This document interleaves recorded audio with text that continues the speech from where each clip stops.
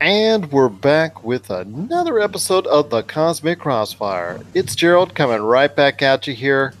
Well, it wouldn't be a Cosmic Crossfire without my good friend. He is the man among men when it comes to everything going down at the place where you can find everything that's going on for Rob McCallum Films because it is robmccallumfilms.com. Everything that's going, all of his projects, all of his films, everything that he's working on, he shares it all robmccallumfilms.com, Rob McCallum Films on Facebook, and so much more is my good friend. It is Mr. Rob McCallum. What's going on, man? The man among men in the place where he does his things called Rob McCallum Films. First of all, I don't know that there's a whole bunch of men standing around in the nexus of the internet space known as Rob McCallum Films. That was quite the intro. You just kind of weaved your way through a whole bunch of alliteration, and boy, you set up something I don't know if we can deliver on in this episode. Well, we'll certainly give it our best shot. And I'll tell you what, it's just great having you back here, man. I know you've been very busy with all the projects that you're doing, and I just appreciate you taking time to, as always, to talk to us. But I'm just trying to deviate from another cheesy intro to another cheesy intro that I'm well known for. Bye. Anyways, getting back to the thing in hand. But we're not here to talk about you being a man among men, but we're here to talk about everything that's going on in pop culture. And Rob, pray tell, Rob, what's going on in your world when it comes to pop culture? Well, there's been a lot of buzz about Slender Man. Of course, it now is hitting the big screens and disappointing a lot of people. And while it's not, too far from the run of things to see footage in a trailer that doesn't appear in the final film, there's a little bit of a fan outcry going on right now with the amount of stuff that has been removed. According to a Slash Film article, there was a number of key scenes that were taken out at the last minute by Sony execs who got really scared. And this goes back to some real life events that happened surrounding Slender Man. In 2014, two 12-year-olds brutally stabbed one of their schoolmates 19 times in an effort to sacrifice her to Slender Man. The victim miraculously survived the attack. I don't know what that says about the proficiency of 12-year-olds in knives. And the two young attackers ended up on trial. They got off not guilty by mental disease or defect. And people connected to this specific event said, it's absurd that they want to make a movie like this. It's popularizing a tragedy is what it's doing. I'm not surprised, but in my opinion, it's extremely distasteful. All we're doing is extending the pain of all three of these families that all three of these families have gone through. So I bring this up because, one, not that I care that things were deleted from the film for whatever reason, but at what point do we have to make the call to pull something back because of real life events maybe dictate better taste, or should we censor it? This is art and censorship and the real world effect of such things. What are your thoughts on that? Well, I spoke to Jason Todd Feinberg from Honeyqueen last week about Slender Man and this whole issue as the movie was coming out. And I just understanding or trying to understand the actual mindset of the Sony execs for actually bringing this out when they did, because obviously the movie, maybe it's because of the controversy, maybe it's because people just didn't care. It just did not have the bang from the get-go that normally horror movies do, because horror movies are predicated on a first 2-week opening. They have to hit out strong in the first 2 weeks or they're really going to end up being a bust. Because I tell you what, it's just, I would not have brought out the movie at this point in time, or even thought about putting it in the production stage because, like you said, there is a lot of controversy. There's a lot of bad issues going on.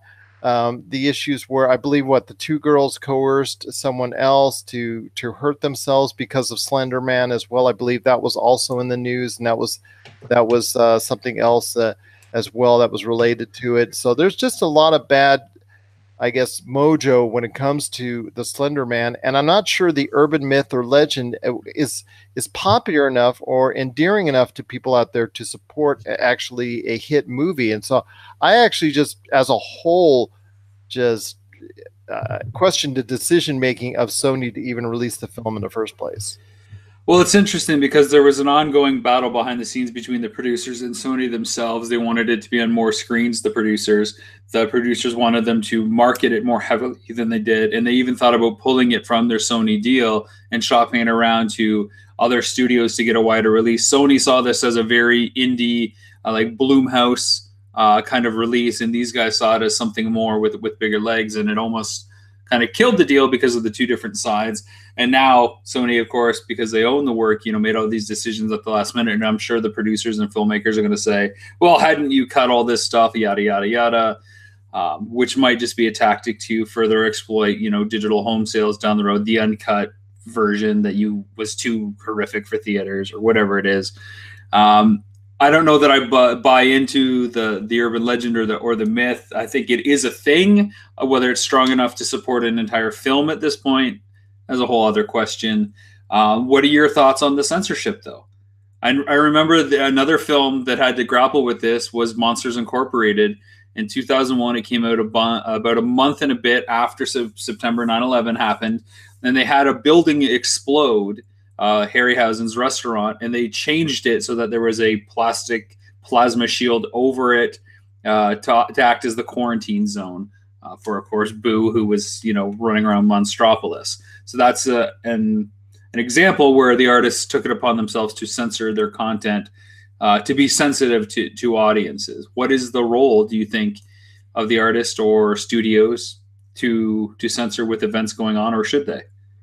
Well, it all depends on the scenes in question. I mean, how over the board, how over the top for even a horror movie was it? That's what we have to understand and find out, because there should only be a relative few number of times where you're actually, as a movie studio, actually go ahead and cut scenes out or step in and say, hey, this is not going to be going on to the big screen. If you're shooting for, let's say, a PG-13 rating, that's one thing. But this is an R-rated horror movie. The only reason I would say, if it's just too over the top, or if it's just something that maybe is in poor taste for something relative to what's going on in real life, there's very few instances where this can happen. Or if you're just trying to elude an X rating, which, as you and I both know, means box office death. Yeah, I mean, I don't really think that the question of, how far can I go in an R-rated horror film really applies. Those films have to go as far as they can in order to secure their reputation, because, like you said, they're so dependent on that first 2-week run. And after that, it's usually, does it evolve to cult classic status or does it not? And the thing that helps them get them there is the absurdity and how far they can push that envelope. I mean, look no further than Human Centipede, right? Like, not a great film by any stretch, no pun intended, but it is memorable. It has kind of reached cult classic status because it pushed the envelope in such a bizarre and twisted way that you have to say, yeah, that had never been done before. Slender Man, again, we're not dealing with, something so original that we're just like, yeah, we got to give this movie more credit. I haven't seen the film, so I don't want to talk out of turn. I'm sure it's creepy and has its moments and stuff, but I think this is just another run-of-the-mill horror film that has a little bit of inkling that's tied to the real world, but not much else. So in this case, it's like, if you have the leeway to deal with supernatural entities, you may have the leeway to remove any content that does harm to people that have maybe associated with this in the real world. And it's just a shame, like I said, that all this is happening because of such terrible incidents took place because, or influenced by, the urban myth, urban legend of Slender Man in the first place. And those incidents that took place relating to that, really started this downfall for this film actually being questioned by many, including myself, for even being made. Yeah, it's only a $10 million production. Maybe throw in another 10, 15 million for, I guess, marketing and other costs and whatnot. The movie probably will not make its money back worldwide. It looks like it's maybe getting close to $20 million in the theaters worldwide is probably what the end goal or the end take will probably end up being. So you're banking on that home theater, you're banking on, excuse me, you're banking on that home video, DVD, Blu-ray, streaming type And I market. got to tell you, with Apple's digital sales being up a tremendous amount in the last quarter, I mean, more and more people are going to be dependent upon that. So again, we couldn't show this version in the theaters. This is the version that might come out later. I mean, even Deadpool 2, there's big banners all across the Apple TV Movies app. You know, get the super duper extra cut. It's taken up more marquee space than I've seen any other title take up in the App Store, which I think is kind of interesting for them to take that route. And that's where Slender Man is going to have to capitalize and try to see if it's going to make even a small amount of profit, is in a future where you can see the unseen version of the movie and in its entirety, if you're really into that type of deal. And it's just, like I said, it's just unfortunate those incidents happen that are based off the urban myth or urban legend of Slender Man. And it just seemed like it was going to be doomed from the start when even the idea of a Slender Man movie came up. So we've talked a lot over the last year about two topics, and now comes the time. This maybe should be reserved for our New Year's kind of year in review show, but I think we're at the stage in the year because we've talked about these two things for over a year now. That maybe we can forecast or have our kind of mid-year picks. Which has had a rougher go in the last little while? Okay, you get a choice between two options: DC Films or Movie Pass. Well, I can tell you, as someone who reports quite regularly on the impending, I guess, roller coaster that is Movie Pass, and right now it's really on a downhill slide. I would probably say by far and away Movie Pass, because DC Films can actually make up a lot of ground if Aquaman becomes a success. DC Films with their streaming service, maybe that could be something that's really palpable for them. And you know, DC is just all over the CW, so there's at least something Warner Brothers can still hold its head high on. But when it comes to Movie Pass, and word comes recently that via the stock market that the shares are now trading at a low now of a nickel a share, losing pretty much all its value. Them Movie Pass reporting that it's having issues repaying it back its loan. Losses are now heavy. Lawsuits have begun now. It looks like it's really the beginning of the end for the actual Movie Pass itself. Although out of the blue, they financed not only the Gotti film that was horrible as far as what most critics are saying that appeared earlier this year from John Travolta. Yeah. That they're actually now financing another film with what money I don't even know, but they're helping to finance a film with Bruce Willis coming up, which just totally makes me scratch my head. And then you got the fact, like I said, that their unlimited plan of going to the movies is now gone by the wayside, and they've changed it and they modified it. Right now, currently, as we speak, although that's subject to change, it's now currently down to 3 movies a month, which in some markets actually is still a decent value. But then you're limited on the number of the movies you see, and that's been a point of contention. And now you have an issue where they're trying to say, okay, well, we're going to get all the movies back that you want to see on the plan. And it's just creating a situation where it's really a problem. And I talked to Chris Daly last week on it from Fresh Media Works, and he was just, as a Movie Pass fan and a Movie Pass customer and someone who's brought in a lot of friends as customers, just really upset that he's actually gone through this in the first place, because it was a really sweet deal while it lasted. But the business plan itself, as he indicated, was from the get-go was really going to be hard to sustain. Yeah, and I read an article recently that compared a lot of the other subscription services out there. And, you know, one of the ones that doesn't seem so attractive off the surface would appeal to guys like you and myself because of the families that we tote along with us. And that's the Cinemark Movie Club. Now, of course, you got to have Cinemark theaters or Century theaters or a Rave Cinema near you. But, you know, it's $8.99 per month for one movie, but you also get 20% off concessions. And you could share it with a friend. So if your friend's there buying stuff, you can get 20% off their concessions too. There's no online fees for when you buy tickets. And if you want to add on tickets, it's only $9 a month, again, $8.99. And let's say that, it's December and you're busy, or January and there's nothing out. Those tickets roll over. Remember when rollover minutes on cell phone became like the thing to kind of get? Well, Cinemark has kind of like cracked that. And it's not like as many movies as you can see for a low price, but that's a pretty fair start considering most ticket prices are $12.50 and up anyways. So you're already saving money there, 20% off your popcorn and drinks. You bring the family. I mean, Gerald, I don't know about for you, but when I go out with my fam, we're looking at $50 for fun between the tickets and the concessions. And the concessions make up more than half of that. And if I can save 20%, I think that's a pretty good deal. That part is agreeable with you on that, but for people, whoa, yes, I know we returned with some agreements. We return with some agreements indeed, but I will say that if you're the movie individual that just loves to go see the movies, that likes to cut the corners, that realizes the extreme expenditure that is the concessions, where the movie theaters actually make quite a bit of money off of, and you and I both know that when you're paying $6 for a Coke that you could buy for $1 at McDonald's, we all know this. It becomes the fact that if they do not go to the theaters, as far as like I was giving you an example of Chris Daly from Fresh Media Works. He was more adamant about going to the theaters just to see the movie. And if you're into just that part of it and you're not going to really get involved in the concessions or any of the other expenditures that the movie theaters want you to do, Cinemark may not be the greatest option. And if that's the case, there's really not a great option right now, even if Movie Pass fails, because 3 movies a month for $10, that's not a bad deal as long as there's a good enough selection of movies to choose from.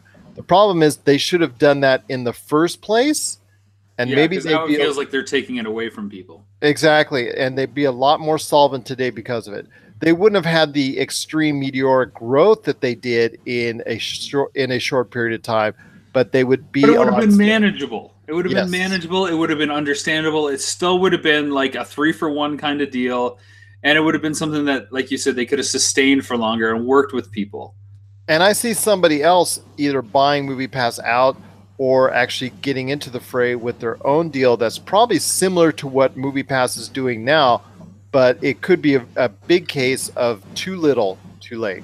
Well, it's funny that you use that phrase because I wanted to compare these two subjects very specifically for that reason with DC Films and Movie Pass, because Wonder Woman is good and maybe Aquaman will be good, but is it too little, too late? And are they going to stop in their tracks and just do their own titular hero films again without worrying about, an expanded universe and the extra headache that comes with looping that in? I mean, we have 2 Joker movies in the works now, it seems, and a whole bunch of other Green Lantern Corps. We'll get back to that in a second on another point I want to talk about. But maybe it's too little, too late to go so deep into the DC canon because they still haven't got the big guns right. How embarrassing would it be if they nailed a Plastic Man movie but still couldn't figure out how to do a Superman or Batman movie really, really well? And the bigger thing with the Justice League movie, which, I know we've gone back and forth on, and excuse me, and I'm not exactly the biggest supporter of it. This is, like I said, it's okay. I'll just be, I know what a big colossal failure in the scheme of things it was, as far as not only did it not generate the income of some of the other decent movies, that it just didn't, it probably hasn't even turned a profit as far as Warner Brothers is concerned. But I will say that Aquaman coming up, it does have an issue of the fact that there has been confirmed that there's not going to be a Batman, what is that noise though? Huh, it was weird. Huh. Weird. Anytime I talk, seems to be like this background noise. Hopefully it won't come into a post. I don't hear anything. Oh, that's weird. Do you have your... anyways, getting back to what we're talking about. When it comes to Aquaman, the movie, it's already been confirmed that Batman, Wonder Woman, and the whole crew from the Justice League is not going to be in the movie at all, as far as not even a cameo, or I believe even they're talking about any end credits or anything of that nature scenes. So that leads me to believe that they're not trying to build or continue to build towards a Justice League 2, or like you said, improve or try and build a foundation upon when it comes to the DC universe, which to me is sad because I think there should be an overall theme tying these things together as opposed to just having them keep on separate. But you're right, the only time they seem to be doing these things correctly is when they actually just go ahead and focus on the movie at hand. One thing has happened that I never really occurred to me as if it was ever going to an issue. Maybe that's because I live in my insular North American comfy little space and everything is just really great.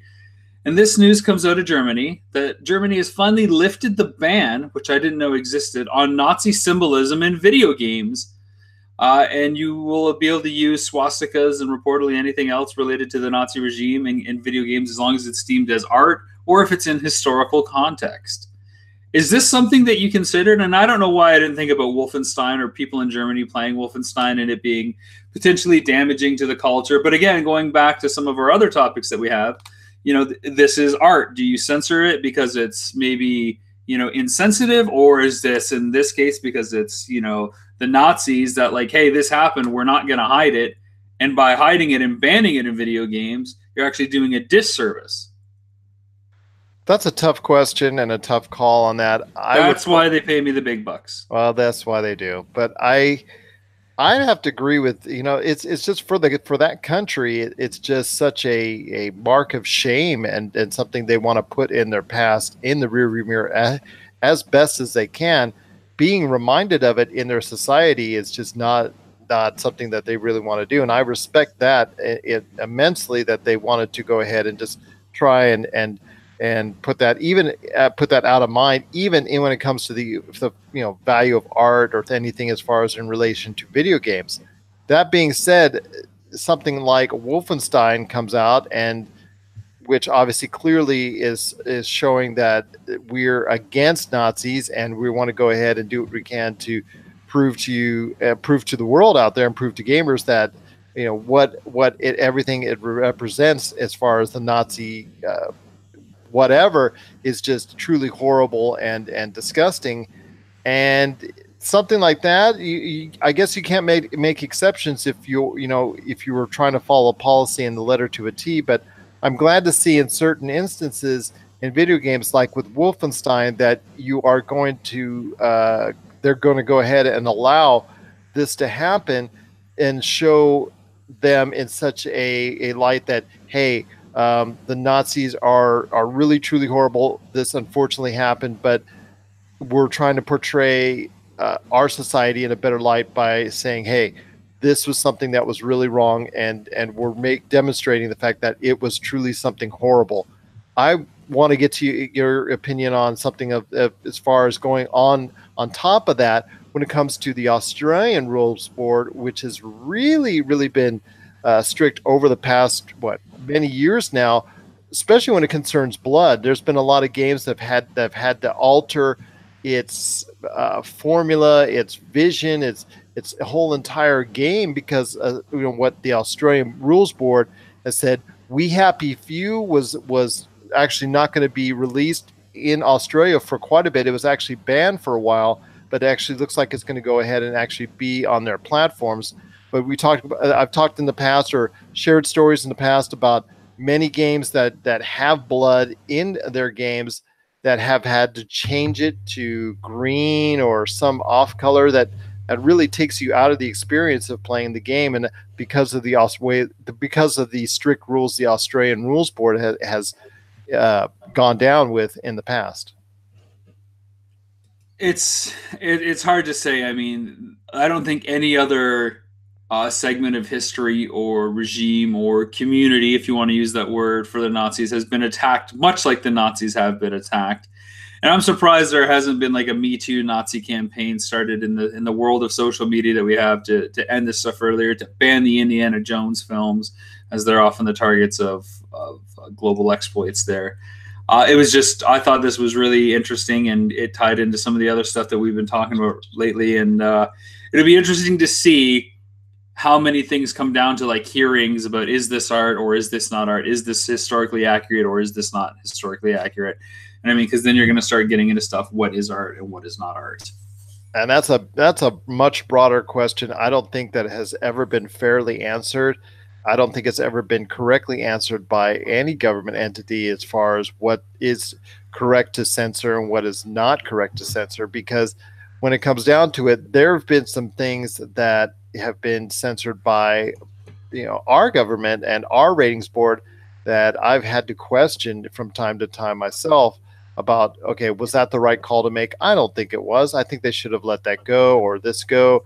I think they should have still give it whatever rating if they would have let that in. But like I said, it all comes down to each and every country and what they perceive to be good taste and good art, as opposed to what what goes overboard on that. I still have a disagreement with the great people of Australia when it comes to the ratings board sometimes, and they make decisions that keep me scratching my head.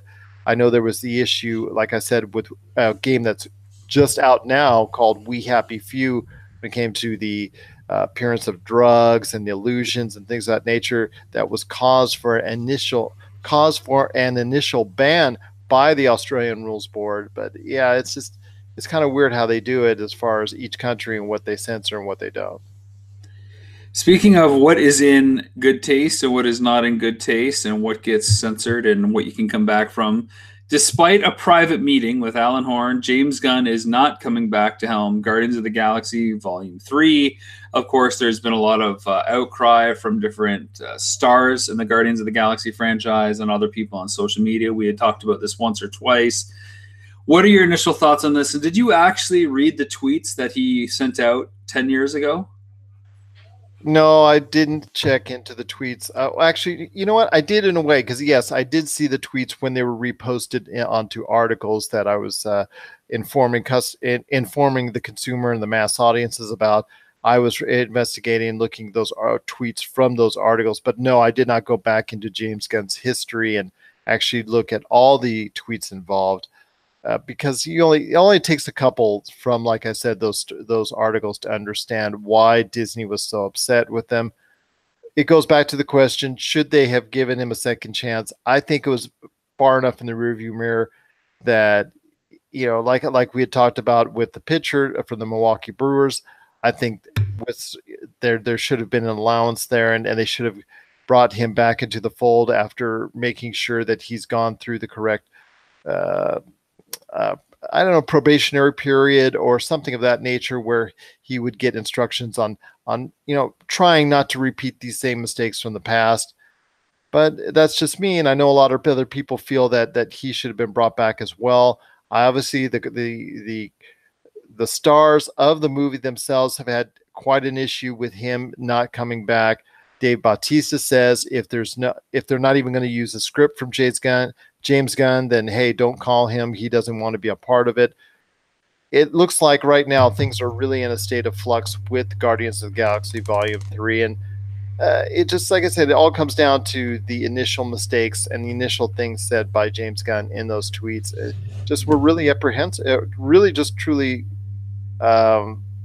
in poor taste. And unfortunately, you pay for it when you consistently do those things and say those things, no matter how long of a buffer it is. We've seen with Roseanne Barr and her comments, which were more recent, that, hey, a lot of people out there in the world are not forgiving. And Disney's got an image to uphold, although you and I talked about the John Lasseter issue. To what point is that image being held up? And I just think right now, when it comes down to it, they should have given another chance, but unfortunately, that's not going to be the case. Yeah, I started looking into it after we talked last time about this topic, and I read the tweets, and I think they're pretty deplorable. And well, they're not only pretty deplorable, they are deplorable. There is no excuse for them at all. They're quite horrific, and they're really detrimental. And I don't say that just as a father of two. I say that as like a human being. When you talk about getting raped and raping people who are asleep and laughing at people with AIDS and touching little boys in silly places and stuff like that, I don't know that I want to see art from somebody like this that's thought about that in that way, and until there's some sort of evidence that they have turned the corner and they have changed. Like, a second chance, sure, but under what grounds do you get that second chance? How do I know that you still don't think this way and just don't post about it? Like, what kind of rehab has taken place, or what kind of steps are you going to take to move forward to make sure that this doesn't happen? And Uh, that's something I wanted to reiterate, that would have had to have taken place before he would have been brought back. If something like that has been taken, you just can't have him open up, come back with open arms and say, "Hey, everything's all right, hunky dory, kumbaya." There has to be, like you said, some rehabilitation in place before something like that would have happened. But I was hoping he would get a second chance after some type of rehabilitation and proof that he was actually just a better person at this point in time, like he claims to have, like he claims to be. Disenchantment is the new Matt Groening series coming out on Netflix. Of course, Matt Groening is the creator of The Simpsons and, of course, other shows like The Critic and Futurama. And the reviews have started to hit. It comes out, I believe, the 21st of August or thereabouts, or the 17th, maybe, depending on your region. And people are starting to review it. They have a lot of knocks against it. Doesn't really matter though at this time. First of all, it's on Netflix, so you can binge the whole thing. I think it's 10 episodes for season 1. Everybody slammed Futurama when it first came out because it wasn't The Simpsons. A lot of people slammed The Critic, and it still had a massive fan base as well.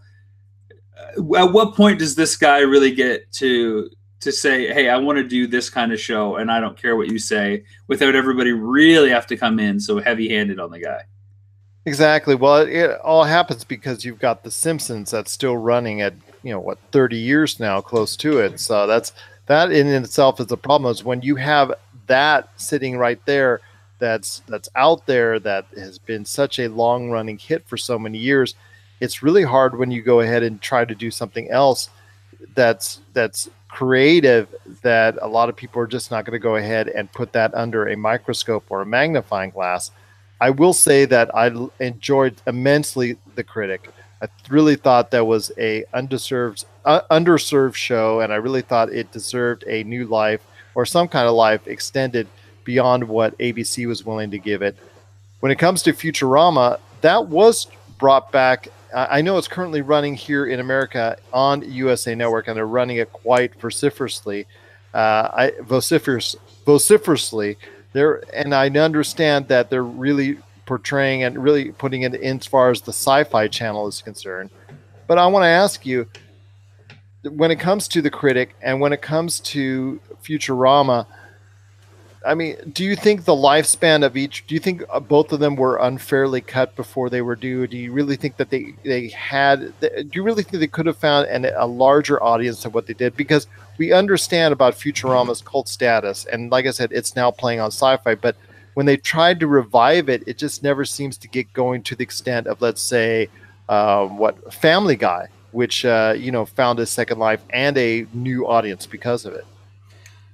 I think, should The Critic have come out in today's age where there is an Adult Swim, there are completely dedicated channels to animation and cartoons, I think it would have done better, or even it being on a Netflix or an Amazon Prime, I think it would have done fine.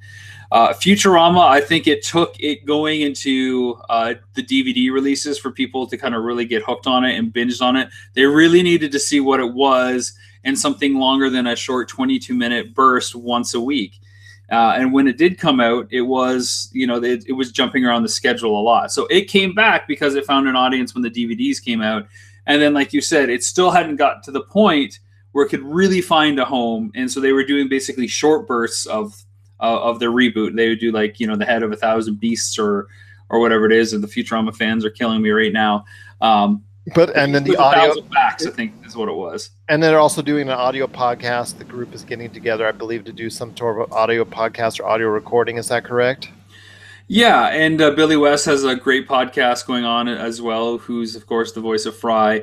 So Futurama just took time to find its course, but it required binge watching for people to really get it. And I think The Critic would be the same thing. I think now is the time and the means that we have of all our streaming and other outlets for something like The Critic to come back and find its own home. I think Disenchantment's going to be the same thing. Bob's Burgers struggled out of the gate as well, but when it hit Netflix, people were able to binge it and really get comfortable with the characters and understand what was going on. So it wasn't just a one-off 22-minute kind of quirky, messed up nuclear family that owned a restaurant. There's a lot of heart to these shows, but it takes a while to get used to it. And we live in a world where we want instant gratification and we want everything now, which can work in favor of these, but not on the traditional conservative broadcast television network strategy. So I think Disenchantment will go well. And like I said, it all comes down to what kind of audience watches it, how fervent, how behind the show are they. You see with Futurama, while I don't think it has enough of an audience to maybe sustain a new life, or as far as a continued new life. I think it has a hard enough. I think it has a solid, fervent enough base that they will just continue watching, continue supporting what's out there. The problem is there are very few shows that can get that new life, like Family Guy, which was shown on TBS and TNT, or actually, I'm sorry, TBS in reruns after it was canceled initially by Fox, but there was so much demand, so much support for a revival of it that it actually found a new life again, and now we see it's now a foundational piece for Fox. Same thing, I think, with American Dad, where actually it was initially, like you said, with Bob's Burgers, they were both just not well thought of at first, but now they found a home and found really just a trend as far as viewing for it is. It's just weird how this works out with animated features, and it seems to really come into play a lot with animated features or adult cartoon entertainment type formats, like on Nick or Adult Swim or anything of that nature. It just seems to really flow as far as it really seems to come to play when it comes to those cold hits and animated features for adults. Yeah, and I think Disenchantment being on Netflix is going to give it the best shot instead of doing like a broadcast premiere on a Fox or on another network. And whether the season 1 is everything that you want it to be or not, there'll be more and more episodes because they want to keep working with Matt Groening as a creator. Why wouldn't they? And if they've got to support this one show in order to get more down the road or something different, Netflix has the money to spend on it. He's premier talent. He's obviously proven himself and has the ability to create these long-lasting universes between Futurama and The Simpsons that, hey, why not take a couple more chances on stuff that's going on out there? And I really like the idea of Matt Groening playing in a fantasy, fairy tale, medieval kind of world and to see what he can do with it. And what it just comes down to this. He understands himself better than anybody that anything he creates down the line is always going to be compared to The Simpsons. I don't think he even worries about it. I don't think he even cares if he does repeat something as successful as The Simpsons, because I don't think there is going to be something as successful as The Simpsons for a long, long time. But as long as he's happy with what he's doing, he's earned the right, like you said, to go ahead and put out shows that really are of his desire and his quality, and usually a lot of fans will follow, and it looks like Netflix is willing to pay for it as well. So more news about the media giants out there and their expansion. We've talked previously how Amazon and Google and other companies are looking to get into the healthcare industry. Well, this seems something that's a little bit more reasonable and probably not unexpected, and that's Amazon has been rumored to buy Landmark Cinemas. Now, the U.S. government has previously barred film studios from the theater industry, but they have said earlier this month that it was considering to terminate that 70 or so year policy that halted the vertical integrations between theaters and studios, the main exhibition arm. It was called the Paramount Decree, and it was put in place so that smaller films had a chance to get the wider distribution, because if you're a studio and you own all the theaters, only your films will get out there. So that's why they broke that up. So I thought that was interesting that Amazon might get into the theatrical experience, so that they would have their OTT app, of course, Amazon Video Prime. They'd have Landmark Cinemas, which is a small indie chain right now, which kind of fits very well with the stuff that they're producing on Amazon Studios. And they've also been interested and linked to buying the regional Fox sports stations that Disney must sell off as part of their acquisition merger. So Amazon could really be doing TV and theater on top of their digital streaming service. Any thoughts on all of that? Well, to me, it also ties into the fact that they're really getting into the movie business.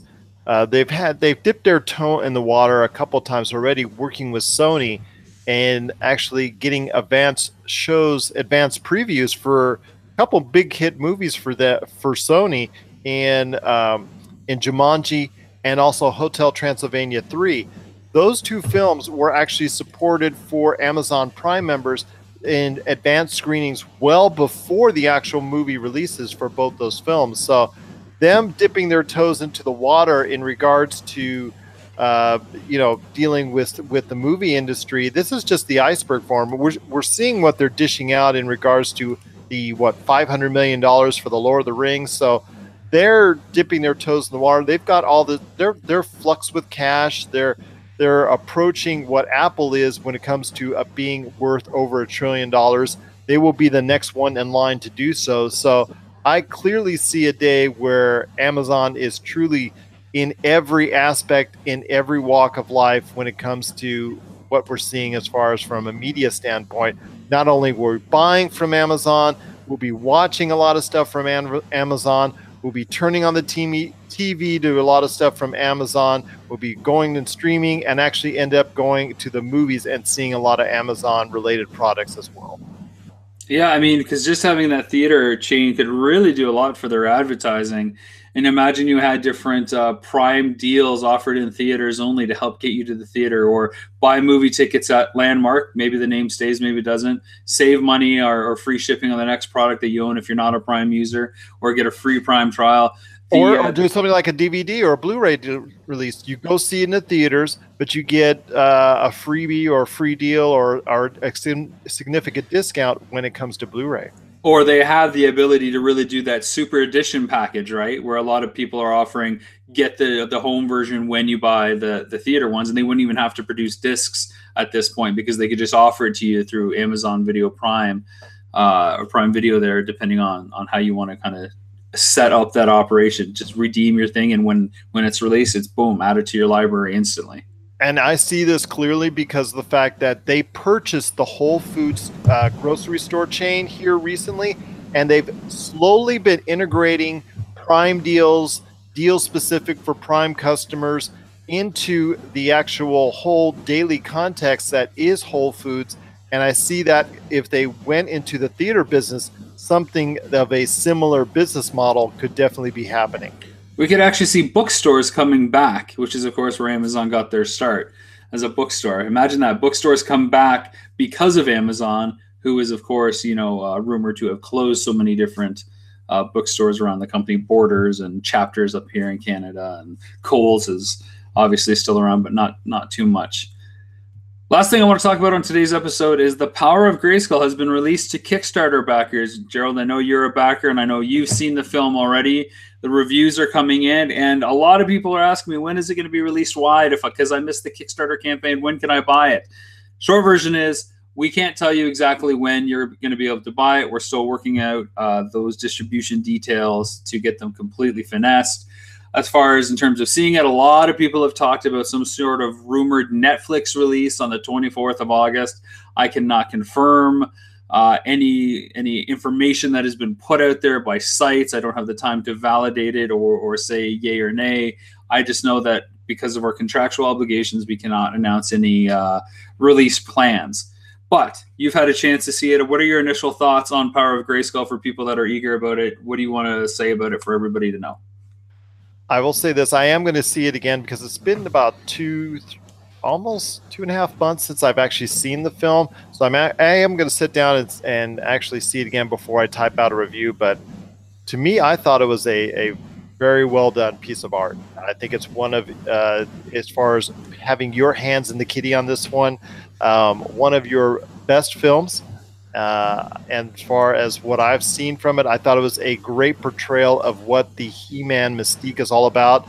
There are just a couple little quips here or there that I would have liked a little bit more information on, but as a whole, as a nice, tight 90-minute package from beginning to end, with some of the key players in the industry that were actually a part of the He-Man facade, the different changes in He-Man himself, the series, but also mainly the toy line, which is what it should focus on the most, because of the fact that, yes, while we all know about the TV series and how great it was to be a part of watching it when you were a kid and whatnot, it was the actual incentive of the toy line itself that created this whole mystique, and understanding that, also adding in obviously She-Ra and her part in it as well, seeing how She-Ra is coming back to actual screens in the near future, and just overall, I just found it an enjoyable experience. I really thought it was a well-made, well-constructed documentary per se, and as something that I'd like to see again, and if I wanted to actually anybody to understand more about the He-Man whole universe as a whole and understand why it was so popular, I would just point them into the direction of this film and see where it goes from there. Well, some very interesting comments from you. I will let people make up their minds for themselves on I thought it what was a they great think of flick, it. man. I thought it was a great flick. My compliments to you and your co-director and everyone involved in the actual process itself. Well, thank you. I appreciate that. Of course, I usually don't really comment too much on what I think about the films and stuff when they're done because they're kind of out of our hands. We just hope that people can enjoy them once they get access to them. So if it is coming out soon, I hope you do get to you make some time to watch it. Again, I can't comment on anything in that realm. But if you're a Kickstarter backer, those discs should be on the way. And of course, we sent all our Kickstarter backers digital versions so that they could get them ahead of time and they could watch it so they wouldn't have to wait for their shipping delays. And because we didn't want some guy in Germany to be the last person to see it when somebody in North America could have got their disc shipped sooner. So we gave digital codes to everybody, even though we said that was never part of the Kickstarter plan. We wanted to make sure everybody could kind of see it at the same time. So we did that, and if you haven't seen it, your disc is in the mail, and there you go. So thanks for everybody who backed that campaign, and it's nice to finally kind of clear it off the shelf and move on and move forward.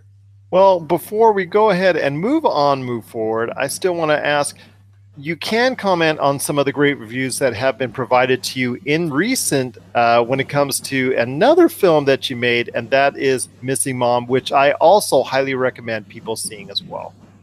Yeah, Missing Mom continues to do really well. We have our iTunes rollout coming up fourth quarter, late third quarter, early fourth quarter, we believe.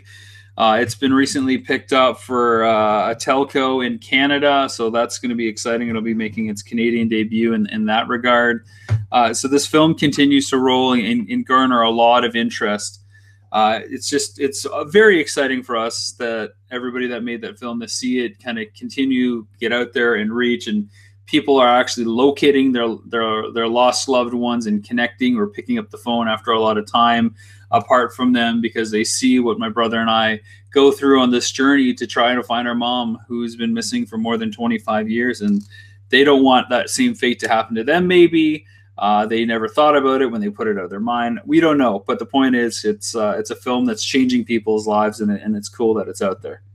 It is, and every time you post one of those great reviews on the Rob McCallum Films Facebook page, it just warms my heart to see how much good is being created and generated because of the film, even to this day. Because we're talking about a 2-3-year-old film now when it comes to how long it's been released. Yeah, I mean we shot in 2014 and it initially finished and was released in 2016 when it started on the festival circuit. Kickstarter backers got their copy, of course, then, but it never really went wide. We never had full distribution until this year, a few months ago. So it's still pretty new for 95% of the public, and it's cool to see people really surprised by it and discover it, even though it had been with us for a while.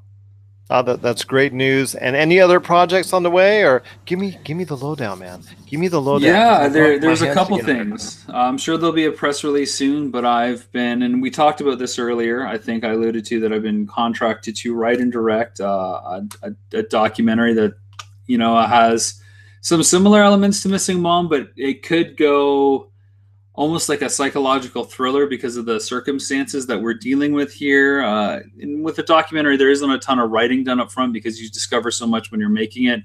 So it's cool to be retained and to be making that project with Justin Schoenrock of J-Rock Creative and Creative Dynamic, who I've worked with for a very long time. So we're partnering for our first feature together. And I'm also working on a short film that's going to be a stop motion animated piece, as a bit of a calling card to do something bigger, maybe in the feature film round with stop motion animation as well. So a couple more projects that are a little bit outside the normal wheelhouse for me, but getting really excited to take them both on. So you're not going to go ahead and do a deeper investigation into why or into the fact that Jay Bartlett's fascination with the Overwatch League. You're not, that was a heavy rumor that was out there. Well, if this is a heavy rumor, I've missed it. I've really dialed back my social media presence in order to focus on projects like box art and this He-Man release. So I missed that rumor, and no, I will not be doing some sort of Overwatch League Jay Bartlett project. Nah, no worries, no worries. I just had to get in there because yeah, he's just such a big fan of the Overwatch League, and it's just good to see him doing so well and coming off of what people still are talking about when it comes to everything that he went through in Nintendo Quest and all the great features that you're doing now since then. Any last thoughts on the way out, my friend? No, just as we get into the fall, it's going to be a busy time for myself as I got a lot of stuff coming on my plate. But we will do our best to keep the Crossfire firing. Crossfire. Crossfire. And that is correct. It is the Cosmic Crossfire. If you have any questions for Rob that I can bring up to him at any point in time, please let us know. popculturecosmos@yahoo.com. Also as well, Pop Culture Cosmos, Humanica Media, Game Source, and Rob McCallum Films on Facebook, and at Rob McZob on Twitter as well. Well, Rob, Rob, as always, it's been great talking to you, my friend. I know you're a busy man with all that stuff you've got going on, but it's just great to have you a part of the Cosmic Crossfire, and of course, right here on the Pop Culture Cosmos.